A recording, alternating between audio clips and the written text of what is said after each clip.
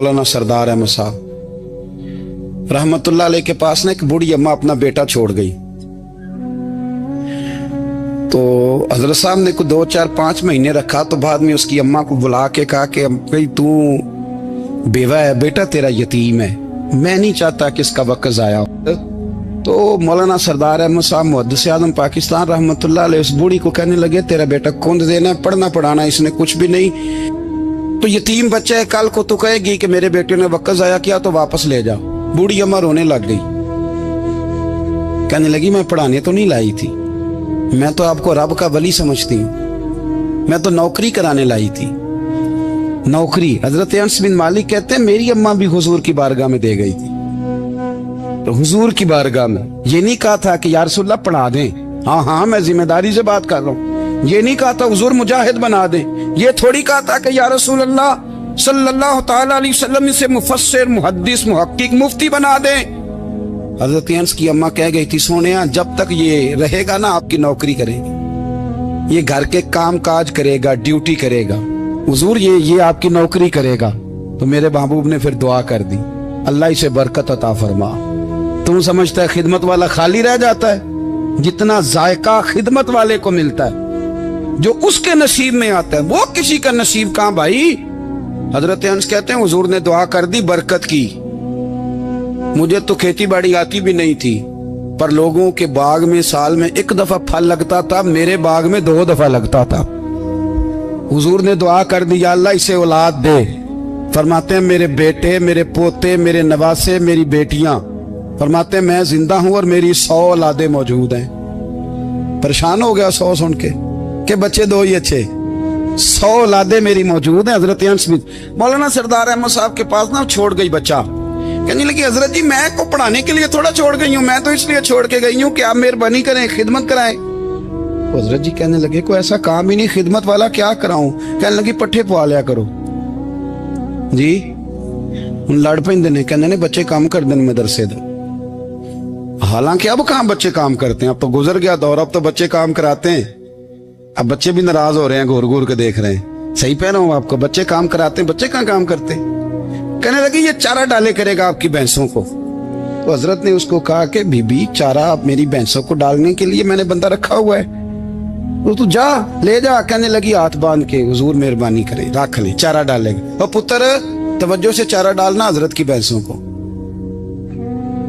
रोने लगी, हजरत ने रख लिया, महीने का खर्चा भी देते।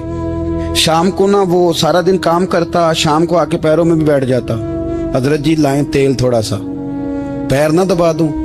8 साल साथ वाले पढ़ते रहे, ये बेचारा नौकरी करता रहा, मेरा रूप भी नहीं ते मेरा रंग भी नहीं, और मैनू यार मनान दा टंग भी नहीं। कभी कभी ना हजरत बिलाल हबशी फारग होते ना तो नबी पाक की बारगाह में अर्ज करते हुजूर कोई काम तो नहीं, सारे हो गए, हुजूर जाऊं जरा, चले जाते।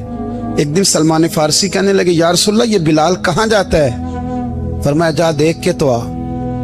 हजरत सलमान वापस आए तो आके रोने लगे, कहने लगे सोनिया जब यहाँ से जाता है ना तो जाके सैयदा फातिमा की चक्की पीसनी शुरू कर देता, बीबी साहबा के काम करने लगता है, घर में जाके असनैन की ड्यूटी करता है, वहां भी काम यहाँ भी काम। वो चारा डालता रहा, उसने चारा डाला। हजरत मुहद्दिस आज़म की भैंसों को दस्तारे फजीलत का वक्त आ गया, सारे पगड़ियां सजा के आ गए, आज दस्तार होगी। ये ना पीछे होके बैठ गया, चूंकि पढ़ा ही नहीं था तो दस्तार का है कि दस्तार तो उसकी जो पढ़ेगा, हमने तो पढ़ा ही नहीं, हमने तो यार पढ़ा, घर पढ़ा, ड्यूटी करी। हजरत मुहद्दिस आज़म रहमतुल्लाह अलैह के यहाँ जब ऐलान होने लगा ना कि अब दस्तार होगी, तो हजरत ने पहला ऐलान उसका फरमाया। तो मजान वाला बंदा कपड़े भी कदी कदी बदल देना, वो कहता है जिस हाल में भी था मैं पलट के देखने लगा कि पढ़ा पढ़ाया तो है, कोई शय नहीं, ये माजरा क्या है। पीछे से उठ के आए तो कहते हैं बाकियों की दस्तार किसी आलिम ने की, किसी सूफी ने की, लेकिन ये भैंसों को चारा डालने वाला जब आया तो मुहद्दिस आज़म ने फरमाया पगड़ी के बाल को कोई हाथ ना लगाए, ये सारी दस्तार मैंने करनी है। और फरमाते हैं हजरत बाल भी देते जाते थे और आंसू भी बहाते जाते थे, माथा भी चूमते थे, और फरमाते थे दस्तार के बाद चला तो नहीं जाएगा यार, मुझे तो इबादत भी नहीं रह गई, मुझे तो चाबियों को भी नहीं पता कौन सी कहाँ रहती है, जाएगा तो नहीं तू।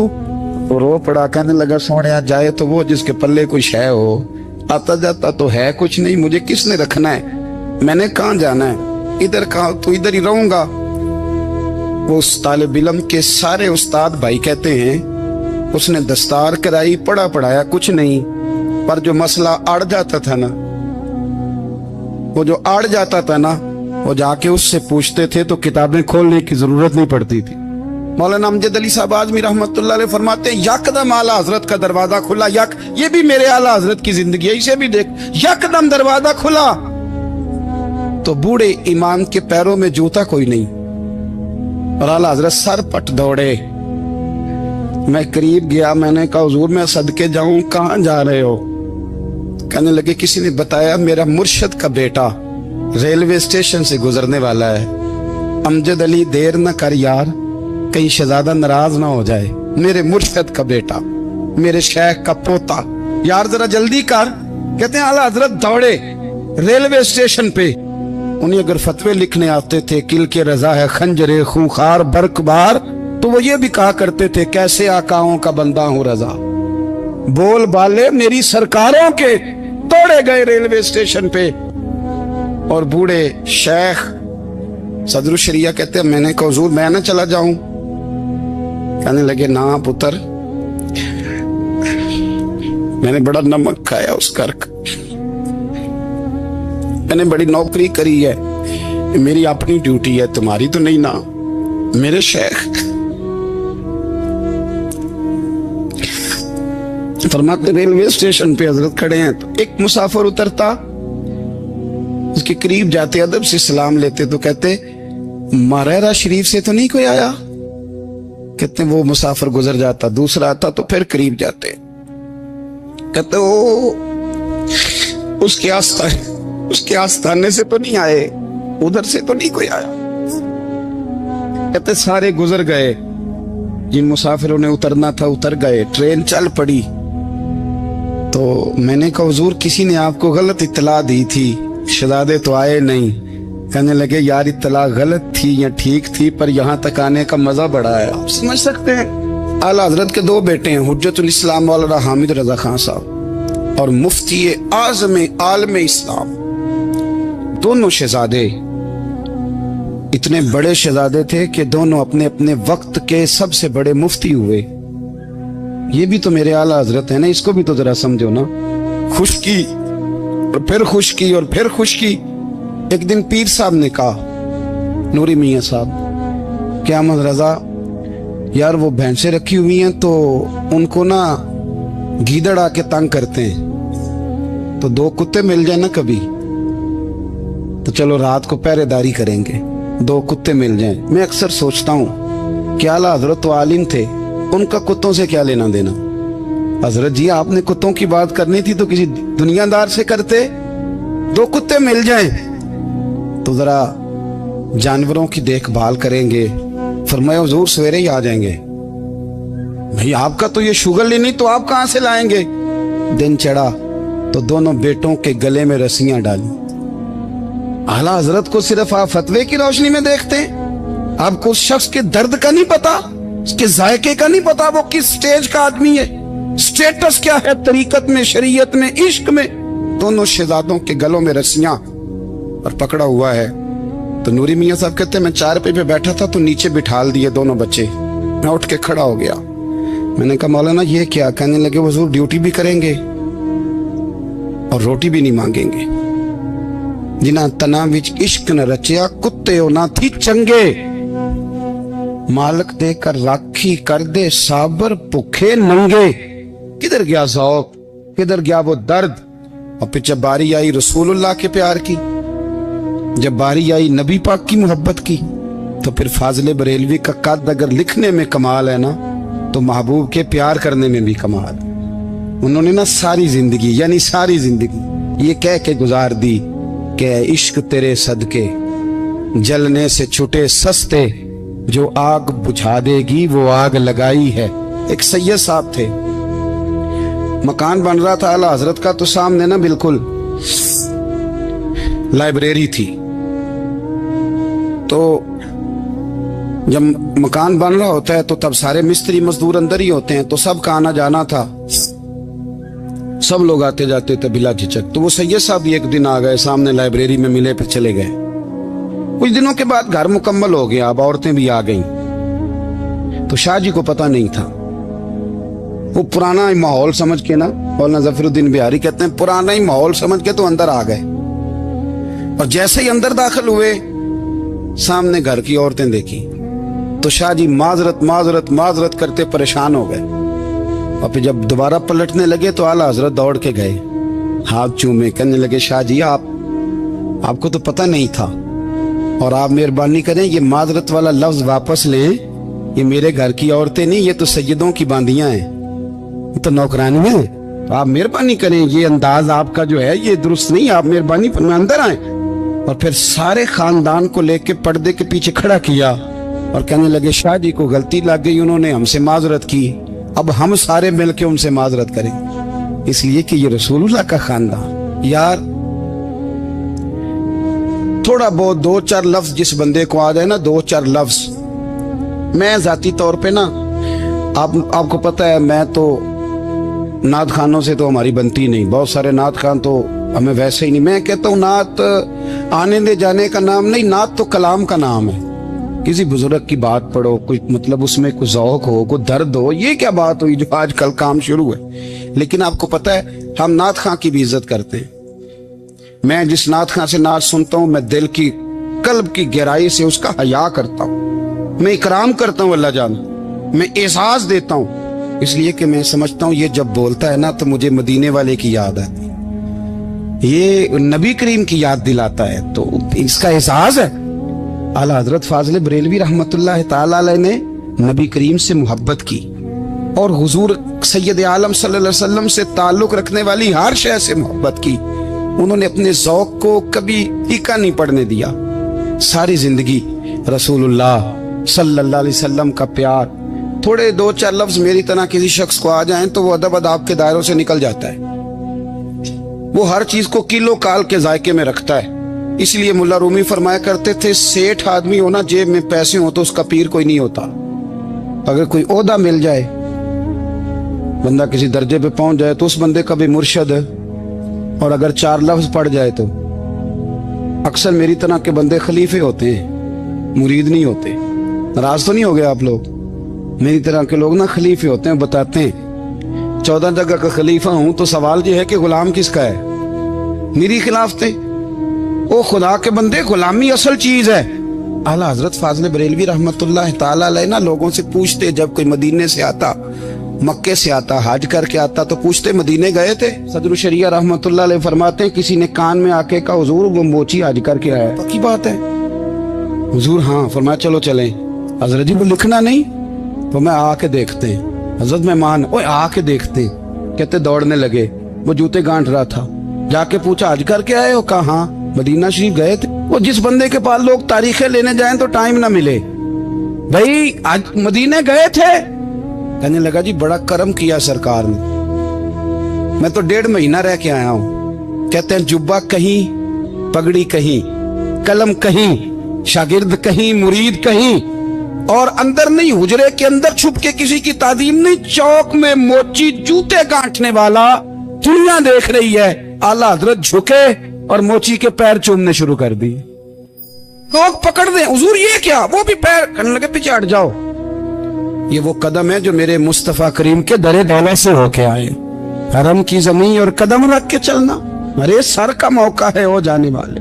یہ ذائقہ، یہ درد، تو اعلیٰ حضرت نے نا ذوق والی زندگی گزاری، ادب والی زندگی گزاری، پریم والا وقت گزارا، عشق والا وقت گزارا۔ حضرت بلال حبشی کبھی سپاہ سالار بنے تھے کسی جنگ میں، کسی صوبے کے گورنر بنے ہوں؟ بولو تو صحیح یار، ان کا تعارف کیا تھا؟ نبی کریم کے غلام۔ حضور کے نا جو ذاتی معاملات تھے نا، 20 انصاری نوجوان تھے جو ہر وقت نبی پاک کے پاس کھڑے رہتے تھے کہ حضور کو حکم کریں، 20، اور 34 سے لے کر 40 تک غلام ہر وقت حضور کی بارگاہ میں رہتے۔ حضرت بلال حضور کے ذاتی معاملات کی خدمت کرتے تھے، کوئی ایسی وہ جو तबलीग की या दावत की या जंग की या जिहाद की कोई ड्यूटी नहीं वो करते, ज़ाती खिदमत सरकार की। हजरत उमर फारूक वो शख्स हैं कि जिन्होंने कभी किसी बंदे को खातर में नहीं लाए, लेकिन जब हजरत बिलाल आते थे ना तो जनाब उमर उठ के खड़े होते, कुर्सी छोड़ते थे और फिर एक नारा लगाते थे, कहते थे या बिलाल अंता सैयदुना, बिलाल तू हमारा सरदार है यार, तू हमारा। यानी इश्क का ज़ौक पूरा करना उन्हें भी आता था। इसलिए मेरा मशवरा है, मेरी राय है, और जो मेरा हुक्म मानने वाले हैं उनके लिए मेरा हुक्म है कि ज़ौक ना कभी भी खराब करना, कभी भी ना ज़ौक ना खराब करना, अपना लुत्फ। मैंने कई दफ़ा, मैं पहली दफ़ा मदीना शरीफ हाजिर हुआ तो एक बाबा जी मेरे आगे आगे थे, तो उनको ना धक्के मार रहा था। वो सामने खड़े होते हैं ना, अल्लाह खैर फरमाए, अपनी अपनी ड्यूटी है ना, उनकी भी एक ड्यूटी है ना जी। तो वो धक्के मार रहा था तो बाबा उसे कह रहा था तेरी खैर हो गए पहरेदारा, रोजे दी जाली चुम लैन दे। उन्हें फिर धक्का मारे तो फिर उन्हें कहता तेरी खैर हो गए पहरेदारा। मैंने, वो बिल्कुल अनपढ़ बाबा जी थे, पर मुझे उन्होंने बहुत बड़ी बात समझा दी, मैंने उनसे बड़ा सीखा, मिंबर पे जिक्र कर रहा हूँ। वो तीसरी दफा फिर धक्का मारा, तेरी खैर हो गए पहरेदारा, रोजे दी जाली। तो बाबा जी बाहर निकल आए तो मैं भी पीछे निकल आया। तो मैंने कहा बाबा जी यहाँ कुछ इन्होंने बांग्लादेशी और हिंदुस्तानी भी रखे हुए हैं, पर ये तो अरबी था खालस, ਉਹਨੂੰ ਕਦੋਂ ਤੁਹਾਡੀ ਵੀ ਸਮਝ ਆਉਂਦੀ ਸੀ? ਤੁਸੀਂ ਪੰਜਾਬੀ ਦਾ ਸ਼ੇਰ ਸੁਣਾਈ ਜਾ ਰਹੇ ਹੋ। ਕਹਿੰਦੇ ਪੁੱਤਰ ਮੈਨੂੰ ਵੀ ਪਤਾ ਹੈ ਉਹਨੂੰ ਨਹੀਂ ਸਮਝ ਆ ਰਹੀ, ਪਰ ਮੈਂ ਤੇ ਆਪਣਾ ਰਾਂਝਾ ਪੈ ਰਾਜ਼ੀ ਕਰਦਾ ਸਾਂ। ਮੈਨੂੰ ਪਤਾ ਹੈ ਉਹਨੂੰ ਕੱਖ, ਉਹ ਯਾਰ ਅਸੀਂ ਰਾਂਝਾ ਵੀ ਤੇ ਰਾਜ਼ੀ ਕਰਨਾ ਹੈ ਕਿ ਨਹੀਂ, कि सारी जिंदगी कीलो काल के झगड़े में पड़े रहना। ऐ इश्क तेरे सदके जलने से छुटे सस्ते, जो आग बुझा देगी वो। और एक जगह पे आला हजरत कहते हैं जान दे दी वादा दीदार पर, हमने जान दे दी। हाँ, खाली उसने वादा किया था कि आऊंगा, आया नहीं था, पर जान हमने पहले दे दी। तो इसलिए ना ज़ौक, शौक, प्यार, वारफ्तगी, मोहब्बत असातिज़ा के लिए, बुजुर्गों के लिए, उलमा के लिए, मशाइख के लिए, बड़ों के लिए ना ज़ौक ना कभी खराब होने पाए। अल्लाह आपको सलामत रखे। और कुछ दुआएं मैंने दे दी हैं, कुछ अल्लाह जानता है मेरे दिल में है, वो मैं देता रहता हूँ। अल्लाह आपको हमेशा शाद व आबाद फरमाए। कुरान मजीद ने इरशाद फरमाया अला बिज़िक्रिल्लाहि तत्मइन्नुल कुलूब, फरमाया खबरदार हो जाओ, अल्लाह के जिक्र में ही दिलों का इत्मीनान है, अल्लाह के जिक्र में दिलों का चैन है। लोग बहुत सारा माल, बहुत सारी दौलत, बहुत सारी अकल और बहुत सारा शऊर होने के बावजूद बेसुकून हैं। जिस चीज ने जमाने को तकलीफ में मुब्तला कर दिया है और जो चीज ढूंढने से नहीं मिलती वो इत्मीनान है, वो करार है। लोग भीख मांगते हैं, मिन्नत करते हैं, दुहाई देते हैं कि कहीं से सुकून की दौलत मिल जाए, लेकिन वो मुयस्सर नहीं आ रही। बड़े बड़े लोग हैं, और मैं अर्ज कर चुका हूं कि मालदार भी हैं और अक्लमंद भी हैं, बाशऊर हैं, पढ़े लिखे, पर कल्बी सुकून, राहत, इत्मीनान, चैन उन्हें मुयस्सर नहीं आ रहा। रातें जाग कर गुजर जाती हैं, दिन आजमाइश में बीत जाता है। वो कभी उसके लिए ठंडे इलाकों का सफर करते हैं, कभी दोस्तों की मजलिसों में जाकर के बैठते हैं, कभी घर से दूर